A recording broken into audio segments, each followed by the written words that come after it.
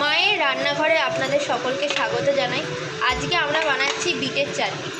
এখানে বিটটাকে কুড়ে রাখা হয়েছে গ্রেটারে। এছাড়া লাগছে টমেটো, সর্ষের তেল, 5 ফোড়ন, শুকনো লঙ্কা, চিনি আর নুন। কড়াইতে আমরা প্রথমে সর্ষের তেল দিয়ে দিলাম। এবার আমরা 5 ফোড়ন আর শুকনো লঙ্কা দিয়ে দিলাম। 5 ফোড়ন আর শুকনো লঙ্কা হালকা ভেজে আমরা বিটগুলো দিয়ে দিলাম, যেটা গ্রেটারে পুড়ে রেখেছিলাম।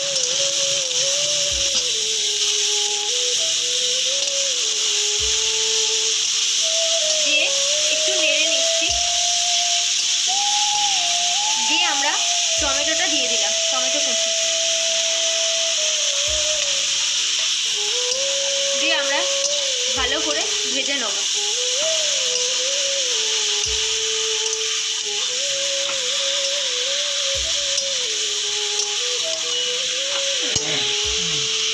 আমরা এবার নুন দিয়ে দিচ্ছি পরিমাণ মতো।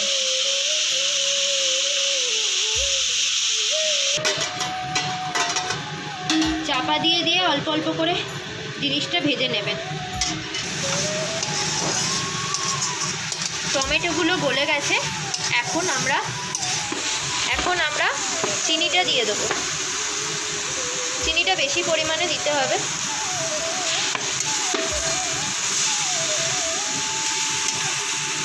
এক কাপ মতন আমরা চিনি দিলাম। চিনিটা ভালো করে মজে যাচ্ছে।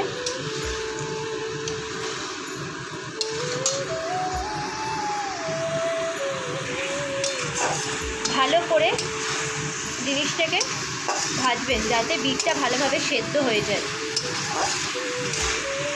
আমাদের বিটের চাটনি রেডি হয়ে গেছে। এখন আমরা গ্যাসটাকে অফ করে দেবো। এটা আপনারা রুটি, পরোটা বা ভাতের সাথে খেতে পারবেন। খুবই সুস্বাদু এটা। আপনারা অবশ্যই বাড়িতে এটা ট্রাই করবেন। ভালো লাগলে মায়ের রান্নাঘর চ্যানেলকে সাবস্ক্রাইব করবেন, শেয়ার করবেন এবং লাইক করবেন। আর হ্যাঁ, এটাকে আপনারা ঠান্ডা করে ফ্রিজে স্টোর করে রেখে দিতে পারেন।